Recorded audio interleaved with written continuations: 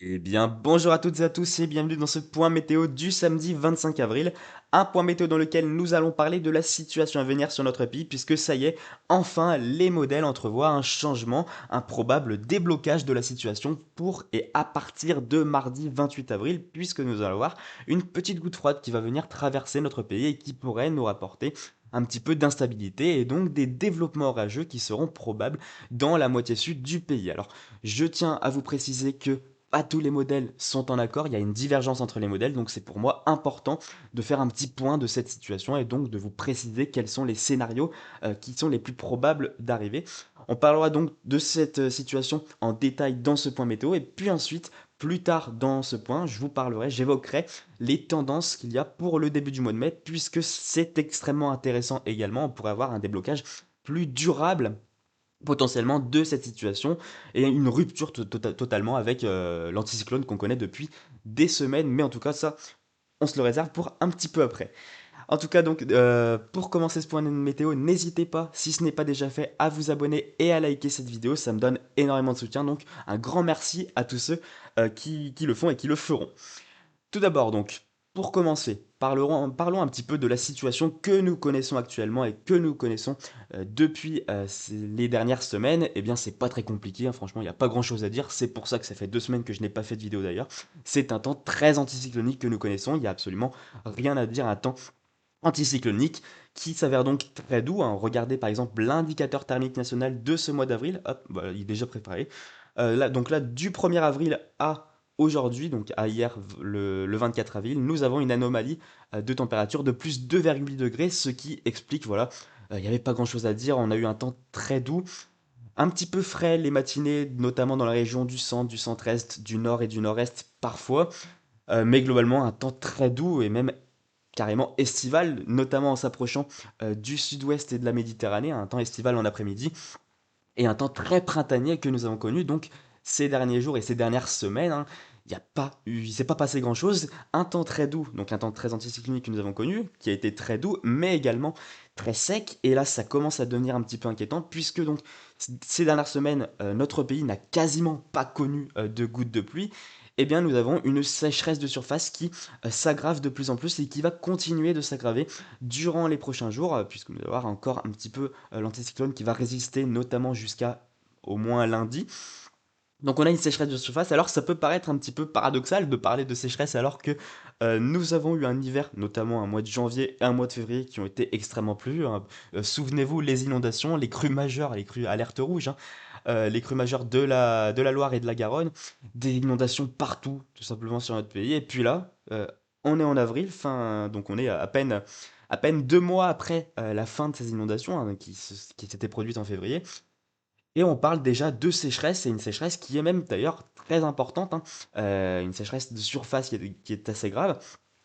Pourquoi est-ce que nous parlons de sécheresse alors qu'on a eu des inondations il y a quelques mois? Eh bien, tout simplement, il faut distinguer, voilà, on a eu énormément de pluie d'un coup en hiver, ce qui a donc bien rechargé les nappes phréatiques. Hein. Du côté des nappes phréatiques, là, il n'y a pas du tout de question de sécheresse, elles sont bien pleines, hein. Elles seront voilà, opérationnelles pour ce printemps et ce début d'été. Elles sont tout simplement dans les normes de saison à peu près de ce que j'ai vu sur les graphiques. Mais du côté de la surface, eh bien, du côté de l'humidité des sols, dans les premiers centimètres et dans le premier mètre notamment, dans les premiers mètres, et bien là, la sécheresse, enfin, tout simplement, c'est susceptible.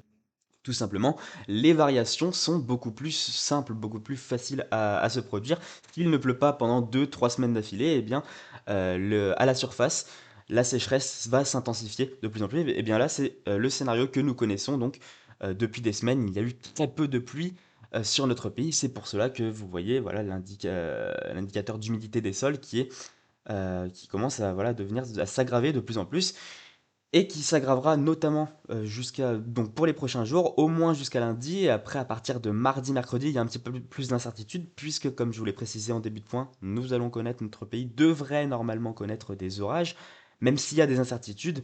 Mais regardez là par exemple, la sécheresse de surface, notamment du côté des régions de l'ouest et du nord, des régions qui seraient donc moins susceptibles d'être touchées par des orages, et bien la sécheresse de surface pourrait continuer jusqu'au début du mois de mai. Malheureusement, voilà donc un petit peu pour ce que j'avais à vous dire à propos de ça, tout simplement. Donc revenons un petit peu sur le thème, le cœur de ce point météo, ça va être donc cette petite goutte froide, la situation que nous allons connaître pour les prochains jours. Alors regardez la synoptique générale, donc je vais vous présenter sur le modèle CEP. Nous avons actuellement donc un temps anticyclonique, il n'y a rien à dire, ça ne change pas vraiment des dernières semaines, mais regardez ce qui va se produire là à partir de lundi. Regardez, juste ici, du côté du nord des îles Britanniques et de l'ouest de la Scandinavie, de l'ouest de la Norvège, nous allons voir une petite goutte froide qui va donc venir se détacher et qui pourrait ensuite transiter sur notre pays pour la journée de mardi et ensuite pour la journée de mercredi. Cette goutte froide s'évacuerait pour rejoindre l'Atlantique, hein, le proche Atlantique. Et cette goutte froide, pourquoi est cette synoptique? Et tout simplement, c'est pourquoi ce scénario est intéressant et pourquoi est-ce que je fais une vidéo pour vous en parler? Tout simplement, puisque cette petite goutte froide pourrait nous rapporter donc de l'instabilité, pourrait nous apporter également un conflit de masse d'air, avec donc une masse d'air bien douce anticyclonique avant, hein, donc pour la fin de semaine et pour cette fin de semaine et pour le début de semaine prochaine, notamment pour lundi. On distingue très bien une masse d'air bien douce entre 8, 10, allez, ponctuellement 12 degrés à 850 hectopascales en altitude pour le début de semaine prochaine. Et puis ensuite, avec l'arrivée de la petite goutte froide, regardez, on distingue plus facilement ce contraste avec une masse d'air plus fraîche, 2-4 degrés en lien avec cette goutte froide du côté des régions du nord et encore 10-12 degrés. 8-10 degrés au moins du côté des régions du sud, ce qui fait donc que nous avons un conflit de masse d'air au milieu, une goutte froide, une synoptique qui est donc propice au développement orageux, puisque en plus de ça, le positionnement de cette goutte froide nous permettrait donc un petit flux, au flux de se redresser au secteur sud, ce serait léger, hein, mais le flux pourrait se redresser au secteur sud, du côté des régions du sud.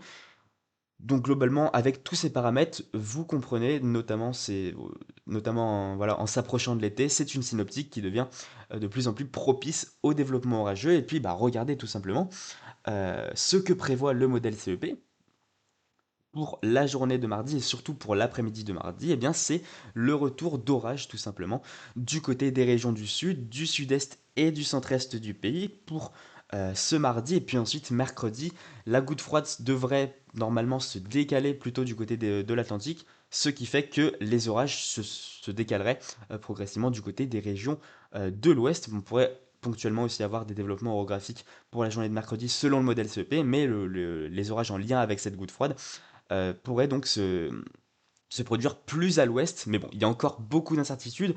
Une goutte froide, c'est un phénomène météo, c'est un centre d'action qui est extrêmement difficile à prévoir par les modèles, hein. Tout simplement, c'est tout petit, une goutte froide à l'échelle des centres d'action. C'est normal que les modèles aient un petit peu de mal, que ce soit la pagaille dans les modèles, pour prévoir le déplacement exact de cette goutte froide. Évidemment, il y a des divergences entre les modèles. Alors, on a donc ce scénario qui est actuellement majoritaire et qui est le scénario que je crois le plus. Donc, une goutte froide qui traverse notre pays, notamment en passant par les régions, voilà, plutôt du côté du nord du pays, et qui pourrait donc développer des orages, produire des orages dans la moitié sud, comme je vous l'ai présenté juste ici. On a donc le modèle CEP qui est pour ce scénario. On a par exemple également le modèle UCMO, qui est le modèle ICON, pardon, voilà, qui est en accord avec ce scénario, avec une goutte froide qui transiterait sur notre pays. Une goutte froide qui serait même un petit peu plus importante, donc qui pourrait potentiellement apporter un petit peu plus d'orage que voit le modèle Icon 7 km. Voilà, il voit des bons orages là du côté. Donc pour la fin d'après-midi de mardi et la soirée de mardi, dans le sud du pays, le sud-est et ponctuellement également le centre-est. On a donc le modèle Icon qui est en accord avec ce scénario. Le modèle IFS, voilà, on a plusieurs modèles qui sont en accord pour ce scénario. Le modèle IFS, voilà, on distingue très bien le même scénario. Et puis on peut également regarder, ouais, pour regarder un modèle un petit peu plus à maille fine, le modèle CH2 qui permettrait voilà, de mieux visualiser les orages, qu'est-ce qui se passera en détail. Regardez le modèle Icon CH2, qu'est-ce qu'il prévoit? Prévoit des orages qui se développeraient voilà, dans le centre-est du pays et également du côté de la région Occitanie pour l'après-midi et la soirée de mardi. Et puis pour mercredi, qu'est-ce qu'il voit lui? Ouais, c'est un petit peu plus compliqué, ce serait peut-être trop à l'ouest, bah, c'est trop à l'ouest pour lui. Et là on voit également ces petits développements orographiques du côté des Alpes et du Massif central, avec des orages ici également du côté du Limousin, mais bon, ça a le temps de changer évidemment. Mais voilà, donc voilà un petit peu pour cette situation. Évidemment, comme je vous l'ai précisé, il y a des divergences entre les modèles, et oui, c'est pas tous les modèles qui prévoient c'est la même chose, c'est la même synoptique tout simplement. Par exemple, on a le modèle Ukmo qui n'est pas forcément en accord avec les autres modèles, qui, quant à lui, voit la goutte froide passer plutôt du côté du centre, voire même du sud du pays. Du coup, de ce fait, eh ben, on resterait sur notre pays beaucoup trop au sec. Et d'ailleurs, il voit cette goutte froide le jeudi 30 avril. Ah oui, ah oui, il n'est vraiment pas du tout en accord, le modèle Ukmo. D'accord, il a beaucoup de mal à prévoir cette goutte froide. Mais là, du coup, étant donné qu'elle passe trop au sud, eh bien, on n'aurait pas d'orage, on n'aurait pas de précipitation sur notre pays selon le modèle UCMO. C'est pas le modèle le plus fiable, donc moi je préfère faire confiance au modèle CEP ou au modèle IA de CEP qui sont des modèles qui sont beaucoup plus fiables. Mais là, par exemple, avec un scénario où la goutte froide passe beaucoup plus au sud, eh bien, les orages, ça serait plutôt du côté de l'Italie, hein, du nord de l'Italie, qui aurait le gros et pas grand-chose pour notre pays. Peut-être ponctuellement aller du côté de l'extrême sud-est, mais encore pas grand-chose là selon le modèle UCMO. Et puis on a aussi le modèle GFS qui, selon moi, fait une sortie de route. Lui, le modèle GFS, il arrive même pas à avoir cette goutte froide tout simplement. Mais pour moi, c'est une sortie de route. Donc évidemment, avec le modèle GFS, bah, il n'y a pas d'orage. Mais pour moi, c'est une sortie de route puisque le modèle GFS n'est même pas en accord avec sa moyenne, il me semble, de ce que j'avais vu ce matin. Alors, hop, il y a la moyenne qui s'est actualisée. Et là, on voit très bien sur la moyenne, voilà, cette petite goutte froide passer plutôt du côté du centre du pays et puis ensuite rejoindre l'Atlantique, voilà, entre mercredi et jeudi. Donc le modèle GFS qui n'est pas en accord avec sa moyenne, je ne suis pas en accord donc avec son scénario, tout simplement. C'est pour ça que je préfère le scénario du modèle CEP ou du modèle IA, qui eux au moins sont en accord avec leur moyenne. On distingue très bien, voilà, la petite goutte froide transiter sur notre pays entre mardi et mercredi. Donc voilà pour la situation de mardi et de mercredi. Concernant la suite, eh bien, je vais pas trop m'attarder dessus puisque c'était extrêmement incertain, mais hier soir, à partir d'hier soir, on a eu un scénario qui s'est mis en place et qui a pris du galon un petit peu, euh, voilà, qui s'est de plus en plus affirmé sur les modèles. C'est un scénario où on aurait donc cette petite goutte froide, comme je vous l'ai précisé, de mardi et de mercredi, qui devrait ensuite rejoindre, qui devrait interagir avec une autre goutte froide qui serait présente du côté de l'ouest du Portugal, au large du Portugal.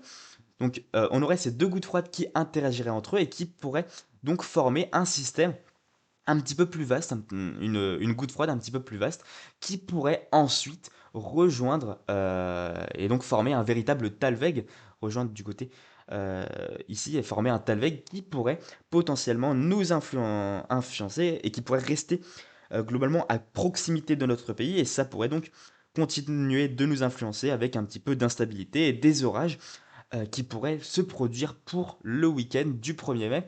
Alors il y a encore moins d'incertitudes, hein. Évidemment, les modèles ont du mal à prévoir la goutte froide entre mardi et mercredi, forcément pour le week-end c'est encore plus incertain, mais on a ce scénario qui était apparu sur les modèles hier soir, que je n'avais tout simplement pas vu, enfin le scénario qui n'était pas présent encore hier après-midi quand je vous ai fait le post, et qui est apparu d'un coup subitement le soir, donc forcément bah, ça faisait plaisir un petit peu à voir sur les modèles, de voir des modèles qui poursuivaient finalement la tendance instable et la tendance orageuse au-delà du mardi 28 avril et du mercredi 29 avril. Donc c'est le scénario du modèle CEP, là on distingue bien, donc ce Talvec qui nous influence encore notre pays, là notamment par exemple on pourrait avoir des orages pour le vendredi 1er mai du côté de l'ouest du pays avec un flux de secteur sud-ouest, un petit peu dynamique, un conflit de masse d'air, bref, toute la panoplie et tout ce qu'on aime finalement pour avoir des orages, par exemple du côté des précipitations, qu'est-ce qu'il voit le modèle CEP? Ouais, il voit des orages en après-midi de vendredi du côté de l'ouest du pays. Ça sera une situation qui est à affiner évidemment. On a le modèle AIFS, modèle IA de CEP, qui est extrêmement fiable également, hein, auquel j'accorde beaucoup de confiance, ce modèle qui voient la même synoptique. Deux gouttes froides interagir entre elles pour former une plus vaste goutte froide et ensuite pour former un véritable Talveg qui permettrait donc de poursuivre une tendance un petit peu plus instable sur notre pays. Mais bon, je ne vais pas m'attarder un petit peu plus longtemps puisque bah, c'est un scénario qui est fragile, hein, une goutte froide c'est très difficile à prévoir.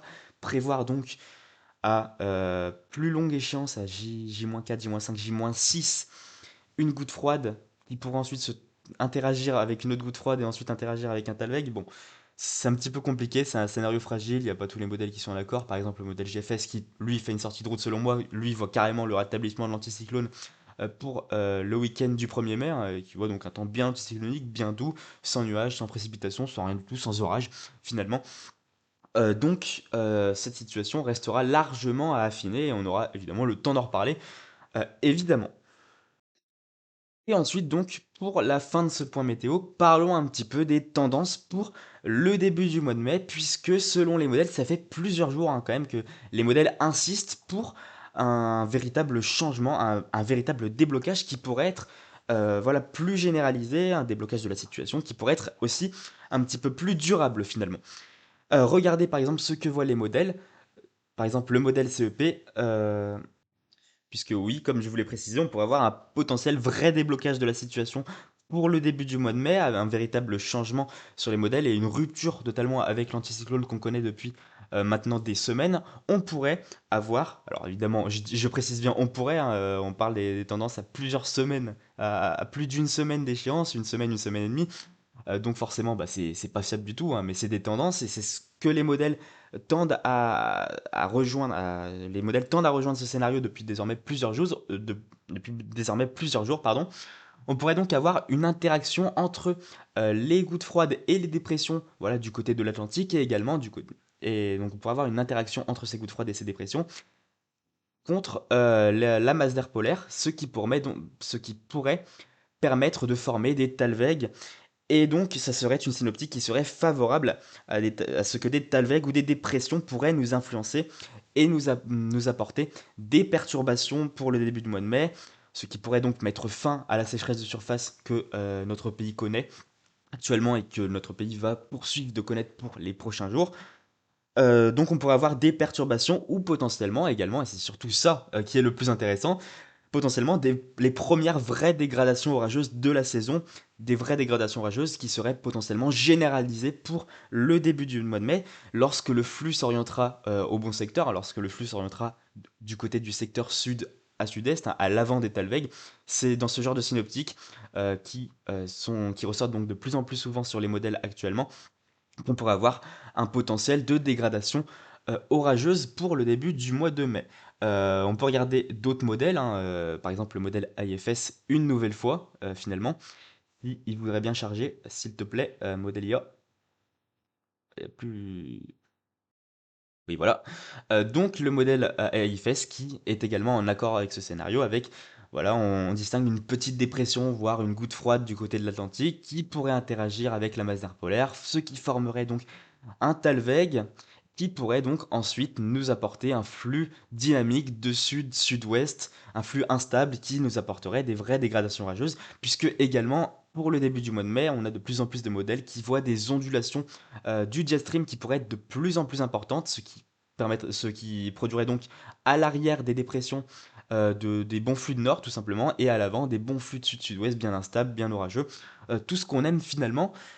Donc on a pas mal de choses, de scénarios, voilà, qui sont favorables à ça. Qu'est-ce qu'il voit le modèle GFS? Le modèle GFS qui là, par exemple, nous voit plutôt pas forcément une descente polaire côté de la masse d'air. Ah si, le modèle GFS qui nous voit carrément une descente polaire. Lui, c'est vraiment un élève distingué le modèle GFS, hein. Il voit mal la goutte froide, il voit ensuite le rétablissement de l'anticyclone, il voit différent des autres lui finalement. Et ensuite il nous voit une descente polaire avec une masse d'air de 0 à -2, moins 2, moins 4 à 850 hectopascales et j'espère que lui, j'espère qu'il voit pas trop de gelée. Non, je pense pas qu'il va voir des gelées, on approche quand même des de gelée, mais il voit des températures quand même beaucoup plus fraîches. Et voilà, c'est également possible hein, avec des ondulations du jet stream si jamais on se retrouve du côté à l'arrière des dépressions, eh bien, on aurait des bons flux de nord. Mais généralement, ce qui est le plus actuellement, ce que les modèles tendent le plus à le scénario qui est majoritaire sur les modèles, ce serait plutôt voilà des Talvec qui nous apporteraient des flux de sud-sud-ouest, des flux de sud-ouest pour le début du mois de mai. Si je pourrais mettre une fourchette, ce serait voilà à partir entre le 4, 6, 7 mai qu'on pourrait avoir un vrai déblocage de la situation, un vrai déblocage de la situation avec des vrais talwegs et des vraies dégradations orageuses. Pas des petites gouttes froides comme ce qu'on pourrait connaître là pour mardi 28 avril et mercredi 29 avril. Pas une petite goutte froide qui pourrait nous rapporter un petit peu d'instabilité, un petit peu d'orage. Voilà, sur certains secteurs, là je parle vraiment de bonnes dégradations orageuses. Alors évidemment, on a 300 heures d'échéance, ce ne sont que des tendances, ça a largement le temps de bouger. Par exemple, le modèle GFS qui voit pas du tout le même scénario que d'autres modèles. Mais si on regarde les moyennes, quand même, les moyennes sont encourageantes pour le début du mois de mai. On pourrait avoir potentiellement plus d'humidité et donc la sécheresse de surface qui pourrait, voilà, tout simplement disparaître grâce à des perturbations ou à des orages. Ça dépendra de l'orientation du flux et du positionnement exact des centres d'action. Et voilà le modèle, la moyenne du modèle CEP qui voit et qui distingue très bien, même là, pour le 5 mai, regardez, qui distingue très bien un Talweg sur notre pays qui ensuite nous rapporte un flux plus instable sur l'Europe de l'Ouest. Bon, je pense en avoir assez dit dans ce point météo. Évidemment, n'hésitez pas à vous abonner et à liker cette vidéo si cette vidéo vous a plu, tout simplement. Ça me donne énormément de soutien. Donc, je remercie tous ceux qui le font, évidemment. Merci également à tous de m'avoir suivi jusqu'au bout de ce point météo. On se dit à bientôt pour un prochain point. Allez, ciao ciao!